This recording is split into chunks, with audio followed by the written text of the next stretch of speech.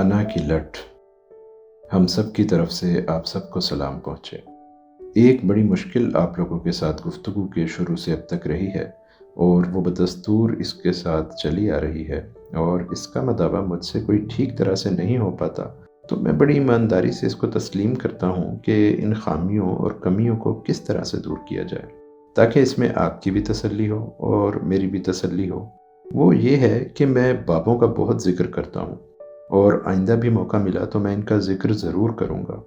بابوں کی میں نے اپنے طور پر تعریف بھی آپ کی خدمت میں پیش کی تھی، اور اس کی ڈیفینیشن بھی بتائی تھی کہ ضروری نہیں کہ وہ بابا ایک بڑا لمبا سا چوغا پہنے ہو، گلے میں ایک ہار ڈالا ہو، اس نے منکوں کا، ریٹھوں کا اور چھہاروں کا اور لال داڑھی بھی ہو، اور آنکھوں میں سرخ سرما بھی ڈالا ہو، اور سر پر چوگوش یا ٹوپی بھی ہو۔ صرف وہی ہوتا ہے بابا، یہ ضروری نہیں۔ ایک بابا میں نے بتایا تھا کہ بہت ماڈرن اعلیٰ درجے کا 3 پیس سوٹ پہنے ہوئے، سرخ رنگ کی چوڑی پھندار ٹائی لگائے ہوئے، اس کے اندر گولڈ کا بروچ ٹانکے ہوئے، اعلیٰ درجے کا کیمرہ ہاتھ میں اٹھائے ہوئے، اور جتنی بھی اس موجودہ دور کی ساری ایکوپمنٹ ہیں وہ اپنے ساتھ لیے ہوئے ہو، وہ بھی بابا ہو سکتا ہے۔ بابا کی ایک بیسک کوالیفیکیشن یہ ہے کہ وہ اس فریم ورک کے اندر رہتا ہے جو اللہ نے اپنے نبیوں کے ذریعے انسان کے لیے طے کر دیا۔ ہم گھوڑی کے اوپر اپنا بچہ بٹھا کر مری کی پہاڑیوں کے اوپر دوڑا دیتے ہیں۔ گھوڑے کو پتہ ہے کہ اس پتھر پر پاؤں رکھنا ہے اور اس پتھر پہ پاؤں نہیں رکھنا۔ ایک کتا ہے، وہ پیدا ہوتا ہے، اس کو پتہ ہے کہ مجھے یوں بو لینی ہے ایک چیز کی، اور یوں اگر کوئی غیر بندہ گھر میں آئے تو اس پر حملہ آور ہونا ہے۔ اسی طرح سے جو سارے جانور ہیں وہ پختہ پیدا ہوئے ہیں، اور ان کا فریم ورک، ان کا چوکٹا ان کے ساتھ ہوتا ہے۔ ایک بیچارہ انسان ہی ایسا ہے کہ جب پیدا ہوتا ہے تو اسی تعلیم کی ضرورت ہوتی ہے، اور وہ تعلیم حاصل کر کے، پوچھ کے، توجہ دے دے کے، استفسار کر کے اپنی زندگی کا ڈھانچہ بناتا ہے، اور ایک ڈگر تیار کرتا ہے جس پر کہ وہ چلتا ہے، پھسلتا ہے، پھر چلتا ہے، پھر پھسلتا ہے۔ مثلاً کتا ہو اور گھر میں چور آ جائیں تو آپ اس کی سنگلی کھول دیں اور اس کو کہیں کہ ہوش، اور وہ کہے کہ جی میں نے تو ابھی ایف اے ہی نہیں کیا، تو میں کیسے حملہ کروں؟ کوئی ایجوکیشن تو دینی چاہیے نا اس کو۔ تو کتا آرام سے بیٹھ جائے کہ جی میں بی اے کروں گا تو حملہ کروں گا، ورنہ مجھے تو نہیں آتا، یا میں نے ٹائپ نہیں سیکھی، یا میں نے کمپیوٹر نہیں سیکھا۔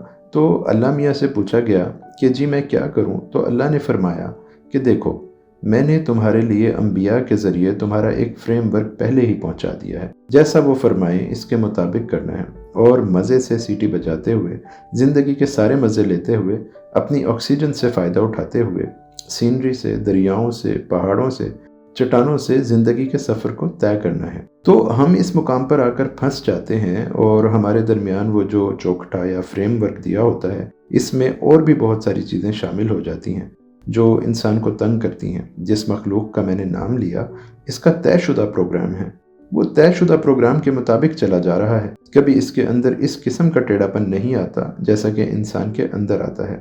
تو یہ جو بابے ہوتے ہیں نا، جنہوں نے مجھے اٹریکٹ کیا، جو ایک سیدھے راستے پر، سیدھی لائن پر، صراط مستقیم پر چلے جا رہے ہیں، وہ پکار کر کہتے ہیں اہدنا الصراط المستقیم۔ اللہ کہتے ہیں کہ یہ ہے، اور وہ کہتے ہیں بسم اللہ، اور وہ انعمت علیہم والے لوگ ہیں، ان پر انعام نازل ہوتا ہے، وہ بن جاتے ہیں، اور میں اس کی آرزو میں بھاگتا ہوں اور بھاگتا رہوں گا کہ میں انعمت علیہم والے کسی بندے کو پکڑ لوں جس کے اوپر انعام نازل ہو۔ اور جب انعام کسی بندے کو ملا ہے اور جس راستے پر وہ جا رہا ہوگا، اس کا راستہ صراط مستقیم ہی ہوگا، ٹھیک ہے نا؟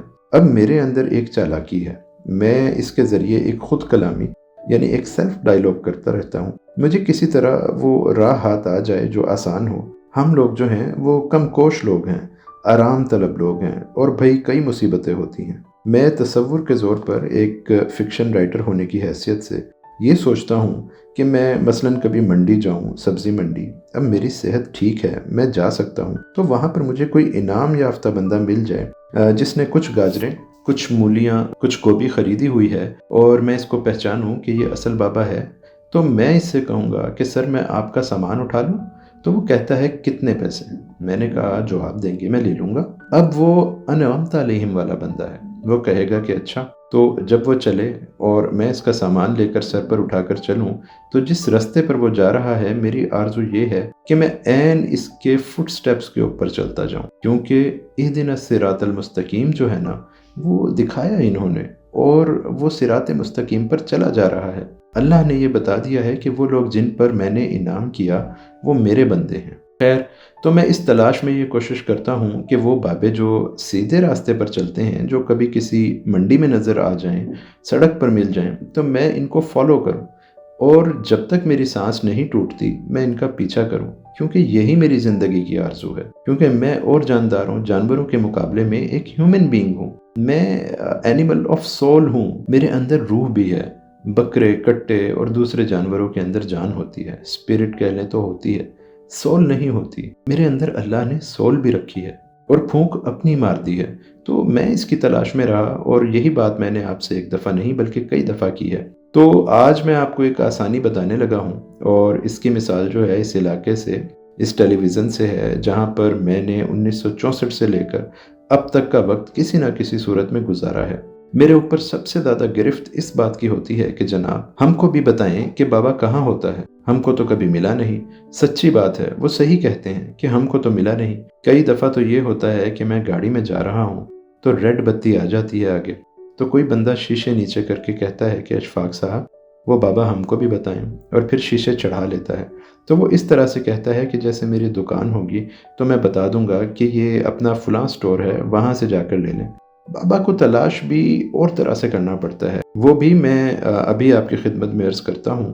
وہ بابا جو ہوتا ہے، اچھے خوش نصیب انداز کا بابا، جس کے پاس راستہ ہے یا نہیں، اس کی نگاہیں راستے کے اوپر رہتی ہیں کسی نہ کسی طریقے سے، اور وہ لکی ہوتا ہے، اور وہ آپ کے قریب، آپ کے ارد گرد، آپ کے لوگوں میں سے ایک ہوتا ہے، آپ کے ساتھیوں میں سے ایک ہوتا ہے۔ اور میری اور آپ کی انا اس بات کی اجازت نہیں دیتی کہ میں ایک ایسے آدمی کو بابا سمجھ لوں جو میرا چپڑاسی ہے۔ یہاں پھنستی ہے بات، کیوں نہیں ملتا ہے؟ کیا وجہ ہے کہ وہ بار بار پوچھتے ہیں؟ کہتے ہیں جی کیا آج کل بھی بابا ہوتا ہے؟ اکثر لوگ کہتے ہیں۔ تو اس معاملے میں ہمارے بابے کہا کرتے ہیں کہ جس ماضی کا حال شاہد نہ ہو وہ ماضی جھوٹا ہے۔ اس عہد کو شہادت دینی پڑے گی کہ پہلے کے جو لوگ گزرے ہیں وہ ٹھیک تھے، تو ایک آدمی ویسا یہاں ضرور ہے، پھر ہی کہے گا نا، ورنہ تو یہ کہانی ہی ہے، قصہ ہی ہے نا، تو وہ شاہد موجود ہوتا ہے۔ اب وہ مجھے، میرے جیسے اندھے آدمی کو جس کے دیدے ہیں، اس کو کیوں نظر نہیں آتا؟ کیونکہ میرے اوپر انا کی، تکبر کی، استکبار کی ایک گہری تہ چڑھی ہوئی ہے۔ میں کہتا ہوں کہ میں برانڈرتھ روڈ میں ایک دکان کرتا ہوں، وہاں کا جو بابا ہے جس کے اوپر میں سامان صندوقچی چکوا کر بھیجتا ہوں کہ جا فلانی دکان پر جا کے دے آ، یہ کس طرح سے بابا ہو سکتا ہے کہ میں اس کو کہوں سلام؟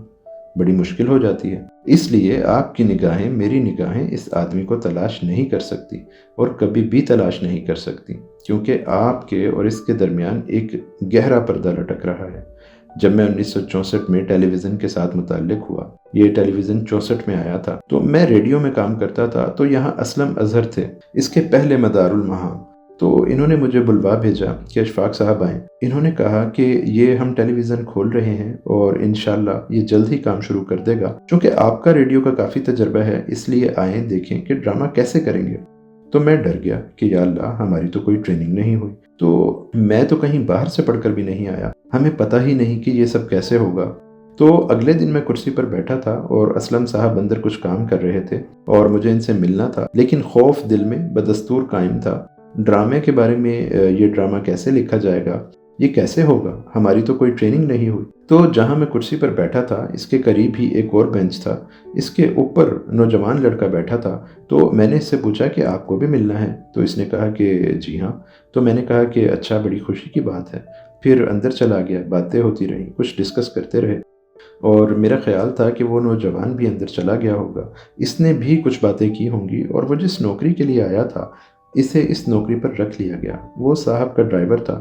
اس شخص کا نام میں آپ کو آج بتاتا ہوں، وہ گل حیدر تھا۔ وہ اس اسٹیشن میں اس چار دیواری کے اندر صاحب کی بڑی گاڑی چلانے پر مامور ہو گیا، لیکن جب میں اس کے پاس بیٹھا تھا، میں آپ کو یقین دلاتا ہوں کہ میں اس کے انداز سے، اس کے چہرے سے، اس کے ساتھ ایک دو باتیں کرنے کے انداز سے کچھ زیادہ ہی متاثر ہوا تھا کہ یہ آدمی کچھ مختلف سا ہے۔ بہرکیف اس کی نوکری لگ گئی، چلتا رہا یہ سب۔ پھر ہم یہاں آتے رہے اور وہ ملتا رہا، سلام کرتا رہا، بڑے ادب کے ساتھ گفتگو ہوتی رہی۔ لیکن میری سارے ساتھی جو 2000 بندے یہاں کام کرتے تھے، ان کے مقابلے میں میری نگاہ مختلف تھی کہ یہ ڈرائیور جو ہے گل حیدر، یہ کچھ اور طرح کا ہے۔ لوگ اپنی تنخواہیں بڑھانے کے لیے نعرے مارتے تھے، جیسے چھوٹے ملازمین وغیرہ جو ہیں کرتے ہیں۔ تو یہ بھی ایک کونے میں پرے کھڑا ہوتا تھا۔ تو میں کہتا تھا کہ گل حیدر تم بھی نعرے لگاؤ۔ وہ کہتا تھا نہیں صاحب، وہ سب کھڑے ہیں نا، وہ کمیونٹی اپنی۔ لیکن اس کے اندر ایک احتجاجی رنگ نہیں اختیار کر سکا۔ پتہ نہیں کون سی بات تھی یا کون سی بات نہ تھی کہ میں یوں کر کے کہہ دوں کہ یہی بات تھی، لیکن میں اس سے متاثر ہوتا تھا، یہاں تک کہ میں اسے دیکھ دیکھ کر اس کے متعلق بات نہ کر کے کچھ اس سے اتنا خوف زدہ ہو گیا تھا کہ میرے اندر ادب کی وہ لہر جو ایک اچھے آدمی کے لیے دل میں پیدا ہوتی ہے، وہ زیادہ دبیز ہو گئی، اور میں نہیں چاہتا تھا کہ میں اسے زیادہ فیس کروں یا وہ میرے سامنے آئے۔ ایسے بھی ہوا کہ میں یہاں سے کوئی 1-2 پروگرام کر کے نکلا ہوں تو اسلم صاحب نے کہا کہ چلیں گل حیدر آپ کو چھوڑ دے گا، ڈرائیور تھا نا؟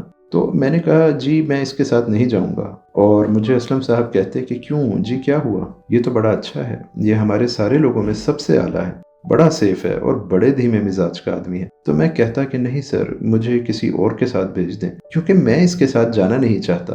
خیر ان کو سمجھ نہ آئی میری بات۔ آج میں ایک بڑا عجیب سا راز آپ کے سامنے بیان کر رہا ہوں، جو شاید اگر آج یہ بات چیت نہ ہو رہی ہوتی تو میں کبھی بھی بیان نہ کرتا، لیکن اس کے ساتھ ساتھ مجھے میری انا اور میرا تکبر اس بات پر مجبور کر رہا تھا کہ میں اس کے زیادہ قریب نہ ہوں جتنا کہ آدمی آ جایا کرتا ہے۔ میں ایک بڑا پڑھا لکھا آدمی ہوں، بڑا ویل پلیسڈ ہوں، اور میرا رتبہ بہت ہے، اور لوگ مجھے بہت زیادہ سلام کرتے ہیں، لیکن ایمانداری کی بات ہے کہ جتنی دیر وہ یہاں رہا اور جتنی دیر میں وہاں رہا، اس کے سامنے اپنے آپ کو ایک معمولی انسان ہی سمجھتا رہا، اور مجھے یقین ہے اور میرا ایمان ہے کہ میں ٹھیک تھا، اور میں سچائی پر تھا، اور میں حق پر تھا۔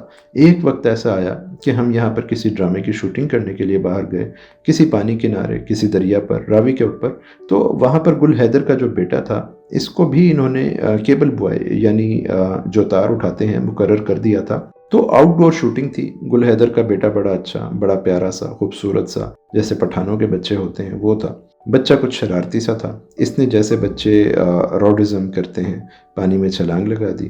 اب وہ ایسی خوفناک جگہ تھی کہ جہاں پر اس بچے کے ڈوبنے کا لوگوں کو 100% خدشہ ہو گیا تھا، اور کسی کی بھی ہمت نہ پڑی کہ اسے نکالا جائے۔ جو تیرنا جانتے تھے ان کی بھی نہیں، تو اس کیبل بوائے نے کیبل چھوڑ کر اس کے پیچھے چھلانگ لگا دی اور جا کر اس کو پکڑ لیا، ڈوبنے سے اس کو بچا لیا، لیکن خود ڈوب گیا۔ اور سب لوگ جو شوٹنگ کے لیے وہاں موجود تھے، ان کے دلوں پر اس کا بڑا بوجھ تھا، اور ہم اس کے جسد خاکی کو لے کر گئے، ایک جیتا جاگتا اچھا بھلا آدمی لے کر گئے تھے، لاش لے کر آ گئے، واپس لے کر آئے۔ اب میرے لیے اس کو فیس کرنا مشکل ہو گیا۔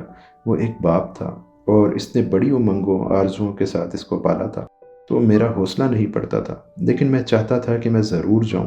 تو آخر میں اس کے پاس گیا، میں نے کہا کہ گل حیدر یہ حادثہ ہو گیا ہے اور مجھے اس کا بڑا افسوس ہے۔ کہنے لگا نہیں سر، افسوس تو تب ہوتا جب یہ حادثہ ہوتا، یہ تو بس اللہ کا حکم ہی ایسے تھا۔ اس نے مجھے کہا کہ صاحب اللہ کی کتاب ہوتی ہے نا، بس اس میں ایسے لکھا تھا۔ اب میں فیت کی بات کرتا ہوں۔ اس نے کہا کہ صاحب اس کا حکم تھا، اب ہم اس کے حکم کے آگے سر نہیں اٹھا سکتے۔ میں نے کہا کہ غم ہے؟ کہنے لگا جی غم ہے۔ میں نے کہا شکایت ہے؟ کہنے لگا شکایت نہیں ہے۔ میں نے کہا کہ کوئی شکوہ ہے؟ کہنے لگا کوئی شکوہ نہیں۔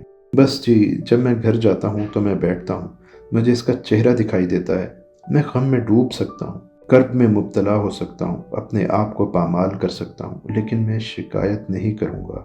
میں نے بہت سا وقت اس کے قریب مختلف زاویوں سے گزارا کہ دیکھیے ایک بڑے آدمی کو فیس کرنا بڑا مشکل کام ہوتا ہے، اور جب آپ کا اندر ماننے لگے تو پھر تو اور بھی مشکل ہے۔